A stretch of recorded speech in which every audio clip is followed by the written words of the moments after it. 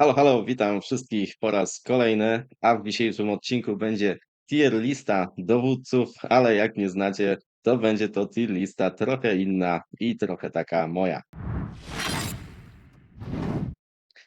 Tak, ogólnie jeśli chodzi o te tier listy, to nie do końca przepadam za tym. W sumie lubię się tym pobawić, jest to fajna zabawa, ale właśnie zależy jak to do tego podchodzi, tak? I warto, żebyście wy też oglądając patrzyli na to bardziej jako zabawę. Ja lubię trochę też pomieszać, wiecie, lubię, żeby to było trochę kontrowersyjne. Wiem, że mógłbym tą listę tak stworzyć, że absolutnie prawie nikt by się nigdy do niczego nie przyczepił, ale to zobaczymy, jak wy skomentujecie. Każdy ma jakby na grę swój pogląd, także ja od razu zaznaczam, to co tutaj pokazuję, to nie jest jakaś prawda objawiona, to nie jest tak, że ten dowódca jest taki, a tamten jest taki. Naprawdę w grze możemy mieć bardzo różne doświadczenia i w zależności od tego, jak kto gra, na jakim jest etapie gry, w jakim jest królestwie, ta lista będzie dla was po prostu inna i warto po prostu sobie z tego zdawać sprawę. I zrobić taką jakby super optymalną listę jest bardzo trudno. Ta lista będzie inaczej wyglądała dla graczy, którzy dużo wydają, inaczej dla graczy free to play. Także gdybyśmy chcieli wziąć to wszystko pod uwagę, to w zasadzie tej listy moglibyśmy nigdy nie ukończyć albo zrobić ją na jakimś takim byle jakim poziomie. Także no cóż, za chwilę już pokażę wam tą moją listę. Nie będziecie musieli scrollować do końca, żeby zobaczyć, kto jest gdzie, bo już od razu będzie zrobiona. To dlatego, że tych dowódców po prostu teraz w Rise of Kingdoms jest tak dużo, że no nie jestem w stanie ich umieścić wszystkich w tej liście. Zobaczcie, jeżeli sobie włączę dowódców i oczywiście, okej, tylko legendarni, no to zobaczcie, ilu ich jest. No wyobrażacie sobie teraz, że ja kręcę odcinek na temat wszystkich tych dowódców i na temat wszystkich ich się w jakiś sposób wypowiadam? No myślę, że to jest niemożliwe. Także dzisiaj weźmiemy sobie pod lupę tych dowódców, którzy gdzieś tam są w mecie. Ja nie będę tłumaczył naprawdę tych tam z KVK 1, dlaczego ich tu nie ma, czy tam z tej fazy przygotowania, z KVK 2, tylko wezmę tych z mety, w sensie takich tych, którzy gdzieś tam na końcowym etapie gry są, powiedzmy, ogólnie uważani za najlepszych, albo takich, których ja sobie tutaj wybrałem, bo po prostu tak mi się podobało i koniec, tak? I tyle w tym temacie. No to popatrzmy, jak wygląda ta moja lista już i jak ona w ogóle jest zatytułowana. Okej, no to jesteśmy. Widzicie, jak to u mnie wygląda. No i ja po kolei będę po prostu tłumaczył co, jak, gdzie i dlaczego. Na początku tej listy zobaczycie sobie, że mamy Liucze, tak? Liucze, Zygę, Scipio i Ragnar. To jest pierwsza czwórka i tą pierwszą czwórkę tutaj nazwałem top.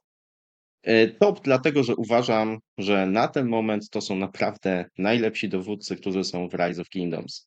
I wiem, że to może być bardzo kontrowersyjne, szczególnie, że zobaczcie, 3 z 4 tych dowódców to są dowódcy piechoty. Jest tylko 1 łucznik i nie ma ani jednego dowódcy kawalerii. I wiem, że to jest w ogóle, uważam, że duży problem Rise of Kingdoms, które zrobiło teraz dużo dobrego w ogóle dla gry. Naprawdę mnóstwo takich rzeczy bardzo powiedziałbym wyjściowych dla graczy, szczególnie gdzieś tam na początku. Natomiast myślę, że mają znaczny problem ze znalezieniem balansu. Czyli to już o tym mówiłem wiele razy, że wajcha teraz na piechotę została tak przekręcona, że z kolei odkręcić ten motyw będzie źle, ale boję się, że znowu będą odkręcać tak mocno, że w ogóle już będzie tragedia. Dlaczego dałem tutaj, może najpierw zacznę od tych dowódców piechoty. Liu Che, no jest po prostu świetny. I co ciekawe, wcześniej nie dałbym tutaj Scipio, natomiast Scipio był świetnym dowódcą zawsze, tylko że brakowało mu właśnie dobrej pary do pola. No on ma no wszystko. On, wiecie, obniża życie przeciwnika, on ma obrażenia obszarowe, no to jest fantastyczny dowódca ogólnie. Natomiast trochę miał czkawkę, kiedy piechota dostała właśnie te obrażenia od rąbnięcia, kiedy bardziej weszli w stronę właśnie liucze i tak dalej. Wtedy Scipio trochę zszedł na drugi plan. Natomiast teraz znowu wchodzi na plan pierwszy, ponieważ pojawił się Ragnar. Ragnar, który też ma naprawdę świetne obrażenia obszarowe. I on dopiero co wyszedł do gry, więc tutaj ciężko o nim za dużo powiedzieć, ale wiele osób mówi, że to jest w ogóle najlepszy dowódca piechoty teraz i najlepszy dowódca w grze. Że gdzieś tam w tym jakby gdyby mieli ustawiać, to Ragnara stawiają niektórzy nawet ponad Liucze, co jest naprawdę mega mocne. Ragnar ma po prostu lepsze obrażenia obszarowe od Liucze. Oczywiście on jest mniej odporny i w ogóle cały ten marsz, ale uważam, że nadal ci dowódcy są fantastyczni, bo oni mają naprawdę bardzo dużo.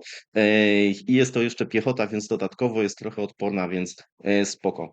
I do tej trójki jedyny, który moim zdaniem ma start, to jest Zygel Young. Zygel Young myślę, że naprawdę jeszcze długo zostanie taką super postacią, jeśli chodzi o łuczników. Fantastyczny dowódca, on te obrażenia obszarowe też ma świetne, więc wydaje mi się, że tutaj z tej całej czwórki to on totalnie nie odstaje. I to są też tacy dowódcy, których jeszcze, jeśli ich nie macie, to wydaje mi się, że warto inwestować. Problem jest w tym, jeżeli gracie na jeden, tak jak ja macie, że na przykład gracie na jeden mark piechoty, teraz tylu mamy świetnych dowódców piechoty, że w sumie zastanawiamy się, czy może drugi marsz piechoty w takim razie, skoro oni są tacy dobrzy. No ale to właśnie, to jest listopad 2024. Za parę miesięcy może się tak przekręcić sytuacja, że nawet się wszyscy nie spodziewamy, bo się okaże, że Lilith wypuści fantastyczną kawalerię, znowu zaczną sobie wpuszczać dowódców od tak, bo co, bo tam jakieś, nie wiem, święto i tak dalej i dajemy wam nowego dowódcę, bo w sumie spoko, uważamy, że to jest fajny pomysł. Także tak to wygląda z mojej strony. No jestem ciekawy, jak będziecie wymyśleć. Poniżej dałem dowódców, którzy moim zdaniem nadal są bardzo, bardzo dobrzy i nadal warto w nich inwestować, ponieważ wydaje mi się, że to, jeśli w nich zainwestujecie, to oni nadal będą przydatni. Szczególnie jeżeli gracie na przykład dwoma marszami danej jednostki. Dobra, nie będzie tutaj za dużo dowódców piechoty, no bo są już piętro wyżej. Jedynym jest tutaj William, no i w ogóle to parowanie William, Liucze i tutaj Scipio, Ragnar, fantastyczna sprawa, nie? Mamy dwa marsze bardzo, bardzo mocne. William, bym powiedział, nie sam w sobie jest taki świetny, co jest po prostu bardzo dobry z Liucze, no bo jeżeli sparujemy go już, nie wiem, z Aleksem, z Gorgo czy z kimś innym, to wtedy nie mamy w ogóle obrażeń obszarowych, które, o czym też jeszcze niedługo będę nagrywał odcinek, moim zdaniem są bardzo, bardzo ważne. Dobra, po kolei kogo tu mam? Mamy tu Joannę, która dałem ją trochę tak jakby przed innymi dowódcami kawalerii i zrobiłem to specjalnie, dlatego że Joanna naprawdę te podwójne obrażenia obszarowe, które ona ma, moim zdaniem są bardzo, bardzo cenne. Jej na ten moment, moim zdaniem, brakuje kogoś takiego mega mocnego jeszcze do pary. I szczerze powiedziawszy, gdyby się teraz pojawił jakiś nowy dowódca z obrażeniami obszarowymi i on by był też bardzo mocny, w sensie odporny i tak dalej, to szczerze bym się zastanowił. Ja mam Joannę i Newskiego i raczej bym go sparował z Joanną, a nie z Newskim, bo zależałoby mi cały czas na tych obrażeniach Joanny, więc pod tym względem Newski, który naprawdę przejdzie na pewno do historii tej gry, fantastyczny dowódca, ale wydaje mi się, że powoli już te jego statystyki nie są takie dobre. Tutaj na pewno pojawią się niedługo, w sensie za miesiąc lub dwa, nowi dowódcy kawalerii i wydaje mi się, że on już wtedy nie będzie totalnie jakimś takim pierwszym wyborem, ale nadal na pewno będzie dobry. Tak samo jak Huo jest dobry, oni po prostu bardzo cierpią na to, że nie mają tych obrażeń obszarowych. I jeśli już ich używamy, to raczej na drugim miejscu albo gdzieś tam w parze z nimi ktoś z tymi obrażeniami obszarowymi raczej powinien być, bo inaczej no te wyniki będą mieli po prostu słabsze. Wrzuciłem tutaj też Hermana, a nie do przodu, mimo że ta para Zygę-Herman jest naprawdę świetna. Jeśli macie grać łucznikami, to myślę, że jeszcze przez długi, długi czas to będzie najlepsza para łuczników, mimo że ona już od jakiegoś czasu trwa. Tylko, że Hermana dałem niżej, bo uważam, że Herman sam nie jest taki dobry, jak jest dobry z Zygę. Tak? W sensie, że jak go już sparujemy z kimś innym, to już nie jest to samo. Tak? Więc Herman Zygę świetnie, ale Herman bez Zygę to już jest takie trochę słabsze. Oczywiście możemy go gdzieś tam z Ashurbanipal, Palen, z YSG, czasem to widuję, ale wydaje mi się, że tutaj to nie jest aż takie dobre. Dałem tutaj też Nebu, dlatego że Nebu, wiecie, Nebu możemy w ogóle spośród tych wszystkich dowódców, których mamy, mam nadzieję, że się tutaj nie pomylę, to jest jedyny, którego możemy dostać przez Mightiest Governor i to jest duży plus. On jest naprawdę świetny, jeśli jest wymaksowany dzięki swojej bardzo dobrej ekspertyzie i uważam, i on też ma obrażenia obszarowe i uważam, że on się w tej grze do jakiegoś marszu łuczników jeszcze nada przez dosyć długi czas. Ja go teraz używałem z powodzeniem, także uważam, że to jest naprawdę całkiem dobry dowódca, jeśli chodzi o jego używanie. No i cóż, mamy tutaj już dowódców dosyć dużo, ale mamy tutaj też takie, zobaczcie, 2 postaci i nie wiadomo, kto to jest. Tutaj wsadziłbym, i to też myślę będzie kontrowersyjne, 2 dowódców jakichś, jeśli chodzi o inżynierię. Uważam, że marsz inżynierii naprawdę się opłaca. W sensie takim, że wiecie, mamy niekiedy te marsze, niekiedy ktoś gra na 3 marsze, na 4 marsze, i ten 5. marsz warto mieć ten obwód inżynierii, że w sensie, że kiedy ona jest przydatna, to sobie używam, kiedy nie jest przydatna, nie używam.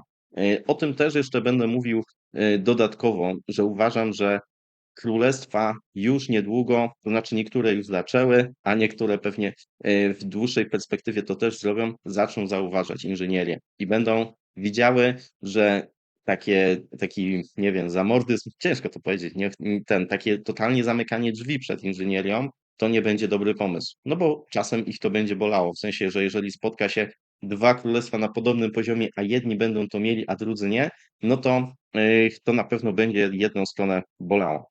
Tutaj oczywiście chodzi o balans. Ja nie polecam grać tylko inżynierią na pewno, i tylko tymi jednostkami dystansowymi, ale ci nowi dowódcy wyglądają bardzo dobrze i najprawdopodobniej 2, których miałbym wybrać, to by był Cordoba. Cordoba akurat tutaj jest, to mógłbym go tutaj wrzucić, a drugi to będzie ten Stefan, którego dostaniemy. Ale szczerze powiedziawszy, może to być też coś innego. Jeżeli już macie zrobioną na przykład Małgorzatę, to Małgorzata spoko. Jeżeli będziecie chcieli zrobić na przykład tego epickiego, żeby sobie zobaczyć, jak tam plumka się i czy to jest w ogóle fajne, to też spoko. Zrobić sobie, zobaczymy jak ten epicki, jakie będzie miał statystyki, ale też można z nim spróbować, dołożyć jakiegoś legendarnego i już sobie gdzieś tam próbować tego używać, bo naprawdę są sytuacje takie, gdzie nawet ze średnimi dowódcami i średnim ekwipunkiem, który jest praktycznie do zrobienia za darmo, będziecie mogli zrobić fajne numery, a przecież jeśli mamy nie używać w ogóle 4. czy 5. marszu, a mielibyśmy używać taki, który robi nam tylko dobre statystyki, no to chyba odpowiedź tutaj jest w miarę oczywista. Więc ja tutaj będę polecał tą inżynierię w taki sposób. Okej, no i mamy dosyć dużo dowódców i tu znowu pewnie będzie trochę kontrowersji, których ja ich nazwałem tak: jeśli już masz, to okej. Czyli to są dowódcy, w których ja bym nie inwestował, chyba że gracie, nie wiem, 3, 4 marszami tam piechoty, kawalerii i tak dalej, i w których bym nie zużywał złotych rzeźb, no to nie znaczy, że oni są słabi, tylko to znaczy, że raczej już ta inwestycja w nich może się okazać słaba. I tutaj mam dowódców bardzo dużo. Mam tutaj Gorgo, która to jest w zasadzie o wszystkich nich mógłbym powiedzieć jedno i to samo. To nie są źli dowódcy. Oni są po prostu słabsi, moim zdaniem, od tych, którzy są powyżej. I myślę, że kolejni dowódcy, którzy będą wchodzić do gry, niejako będą ich wypierać. Najgorzej to tu mają dowódcy piechoty, bo oni są wszyscy spoko moim zdaniem, czyli na przykład Gorgo jest spoko, Alex, i kogo my tu jeszcze mamy, nawet Guan Yu może być całkiem spoko i nawet ten Sargon, którego piechota za bardzo nie lubi. Problem jest taki, że pozostali dowódcy piechoty, ta 4, którą już wymieniłem wcześniej, są tak świetni, że oni wypierają tą resztę. Więc to wcale nie znaczy, że Liucze Alex to już jest słaby marsz w grze, albo że Gorgo Liucze to jest słaby marsz w grze, tylko bardziej to polega na tym, że oni już są lepsi. Więc w sumie, gdybym chciał tylko pokazać, jakby, który jak sobie radzi, to może rzeczywiście musiałbym zrobić już tych tabelek więcej i pokazać. Tylko właśnie tutaj, no myślę, że wiecie, starałem się tak, żebyście też mogli popatrzeć, w kogo na przykład warto inwestować przy tej tier liście, więc to też jest ważna sprawa. Znalazł się tutaj też YSG, tutaj już nie przejmowałem się tak bardzo tą kolejnością. YSG naprawdę może jeszcze dać radę, na przykład w połączeniu z Shajarą, jako drugi oczywiście, albo z Ashurbanipalem, spoko sobie radzi. Podobnie Bodica, podobnie Nebu. Ja na drugim marszu używałem Ashura i Nebu i powiem wam, że bardzo spoko. Daję tutaj też Shajarę, chociaż szczerze, gdybym tak osobiście, to może dałbym ją jeszcze niżej. Uważam, że to nie jest ogólnie dobry dowódca, ale no w sumie okej, jak już ktoś ją zrobił, mimo że ona jest krótko w grze, jak ktoś ją już wymaksował, to niech już będzie. Wiem, że wiele osób powie, ale ona jeszcze będzie dobra, jeszcze dostanie dobrą parę. No to jak dostanie dobrą parę, jak będzie dobra, to ją wtedy wrzucę może trochę wyżej. A póki co moim zdaniem jest taka sobie. O czym świadczy chociażby to, że Chizgul wymaksował ją, używał ją w foile i wyrzucił ją z marszów i później nawet w 6 czy 7 marszach nie znalazł miejsca dla Shadżary. Więc wydaje mi się, że to naprawdę sporo o niej mówi. E, I podobnie, a ten Archer Syndicate, którego ostatnio ten cytowałem, to w ogóle zrobił wideo, że odchodzi z gry, chociaż jeszcze zostaje tak naprawdę, więc wiecie, spoko. No ale moim zdaniem ona tutaj na razie raczej tej gry nie zawojuje. Ja nie mam i wcale nie żałuję. Podobnie tutaj widzicie, że jest też Belisarius Prime. Też wydaje mi się, że jakiejś wielkiej kariery nie zrobi i nie robi. Nie wiem, jakoś taki dla mnie jest bezpciowy totalnie. Co ciekawe, dałem tutaj XY'a, którego wiele królestw zaczęło używać właśnie ze względu na te obrażenia obszarowe. Obrażenia obszarowe i szybkość, w którym się je zadaje, są naprawdę bardzo, bardzo przydatne w tej grze. I wydaje mi się, że to sprawia, że właśnie, co ciekawe, niektórzy zaczęli używać właśnie XY'a, że on może jeszcze zrobić dobre numery. Henry, no już też bardziej odchodzi, ale nie ma obszarowych obrażeń, ale jeszcze jest taki całkiem niezły. Bym go tak trochę z tym Sargonem właśnie przytulił, że oni podobnie, gdybym miał Guana włożyć gdzieś tutaj na jakieś miejsce, to pewnie dałbym go gdzieś wyżej, ponieważ uważam, że Guan naprawdę, jeśli chodzi o te jego obrażenia, o ten efekt wyciszenia, Guan naprawdę jeszcze jest całkiem spoko. Problem z Guanem największy jest taki, że jeżeli ktokolwiek widzi, że ten marsz, który mamy, to jest Guan, a on będzie użyty jako pierwszy, no to wtedy mamy duży problem. Więc jeżeli wszyscy gracze, nasi przeciwnicy graliby na kropkach, tak że nie widzą ikon, to atakuje, wtedy Guan jest spoko, bo jakoś się ukryje. Natomiast jeżeli widzimy, że się pojawia Guan, to on będzie atakowany zdecydowanie jako pierwszy i to jest, wydaje mi się, że duży minus Guana, ale uważam, że Guan to naprawdę nadal jest bardzo spoko dowódca i jak najbardziej do używania. No i ostatnia moja kategoria, którą zrobiłem, to jest kategoria, no dobra, to jest już tak, że jak macie, to już, no dobra, jak już musisz, takich dowódców, który bym używał, jeśli rzeczywiście przynoszą wam dobre raporty, to spoko, tak? Prawie wszyscy z tych dowódców, to znaczy nie, dobra, tylko trójka, ale mają obrażenia obszarowe, co jest dużym plusem. Ten marsz Artemisia Bodica mimo wszystko jeszcze jest całkiem spoko, nie jest taki zły. Więc można ją używać. Minamoto też z niektórymi parami kawalerii się spoko sprawdzi. Tarik może już też coraz mniej, nie wiem, czy Tarika tu w ogóle powinien. Tyle jest świetnych dowódców piechoty, że naprawdę. Ale myślę, że z kolei jakby nie było tak dużo tych super dowódców z piechoty, no to może by tutaj się też przydał. Mehmet i Honda, ich uniwersalność i obrażenia obszarowe nadal są spoko, ale używani jako drudzy dowódcy. Znowu, jeśli są jeszcze w stanie wam zrobić dobre numery, to spoko, ale raczej bym od tych dowódców odchodził. Więc tak, podsumowując, chciałem, żeby ta tier lista, bardzo ciężko jest dokładnie określić, który dowódca jest lepszy. Musielibyśmy zrobić pojedynki pojedynczych, ten i ten, podzielić ich wszystkich, jak bardzo są dobrzy, jest bardzo trudno. Tutaj ta moja lista bardziej skupia się na tym, kto jest bardzo dobry ze względu na jakby efektywność w walce, ze względu na to, z kim możemy go połączyć i ze względu też na to, jakich innych dowódców danej jednostki będziemy mieli.